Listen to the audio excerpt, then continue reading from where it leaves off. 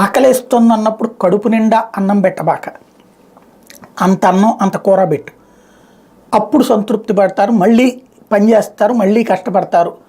అంతేగాని కడుపు నిండా అన్నం పెడితే ఆ తర్వాత ఆ పెట్టేవులే అంటారు అన్నటువంటి రూట్లో అయిపోయింది. ఆశా వర్కర్ల విషయంలో జరుగుతుంది.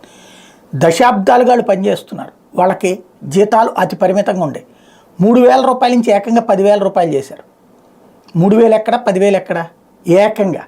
ఇప్పుడు అదే ఆశా వర్కర్లతో ఉద్యమం. దానికి ఒక బాధ్యతాయుతమైనటువంటి రూట్లో వెళ్ళినా పర్లేదు, అకస్మాత్తుగా మానేస్తాం, ఎందుకంటే కమ్యూనిస్టుల సంఘం చెప్పింది ఆపేస్తాం. అట్లాగే వీళ్ళకైనా సరే, ప్రస్తుతం అంగన్వాడీలకైనా సరే ఒకేసారి పెంచారు కాబట్టి ఇప్పుడు ఇంకా పెంచండి. ఎలక్షన్స్ వచ్చినాయి అంటే కార్మిక సంఘాల నాయకులు వాళ్ళకి ఆ కార్మికుల మీద పట్టు కొనసాగాలంటే ఏదో ఒక ఉద్యమం చేపిస్తే ఆ సందర్భంలో ఎంతో కొంత కొగ్గుతారు. క్రిందటిసారి చంద్రబాబు నాయుడు అట్లాగే 11,500 చేస్తానని చెప్పారు, ఆయన చేయకుండా వెళ్ళిపోయారు. 10,500 చేస్తానని. జగన్మోహన్ రెడ్డి వచ్చి 11,500 చేశారు. ఆయన చేస్తానని చెప్పి వెళ్ళిపోయాడు, అమలు చేయకుండా. ఈయన చేయడంతో పాటు బకాయిలు కూడా ఇచ్చారు. ఇప్పుడు అవే పెద్ద సమస్య కూర్చున్నాయి. జగన్కి కొత్త పాఠం ఏంటంటే ఒకేసారి పెంచి అవతల పడేయకూడదు, అప్పుడు అది చాలదు, మళ్ళీ కావాలంటారు. కొంచెం కొంచెం పెంచమని పాఠం చెప్పినట్ట. లేకపోతే ఏదైనా సరే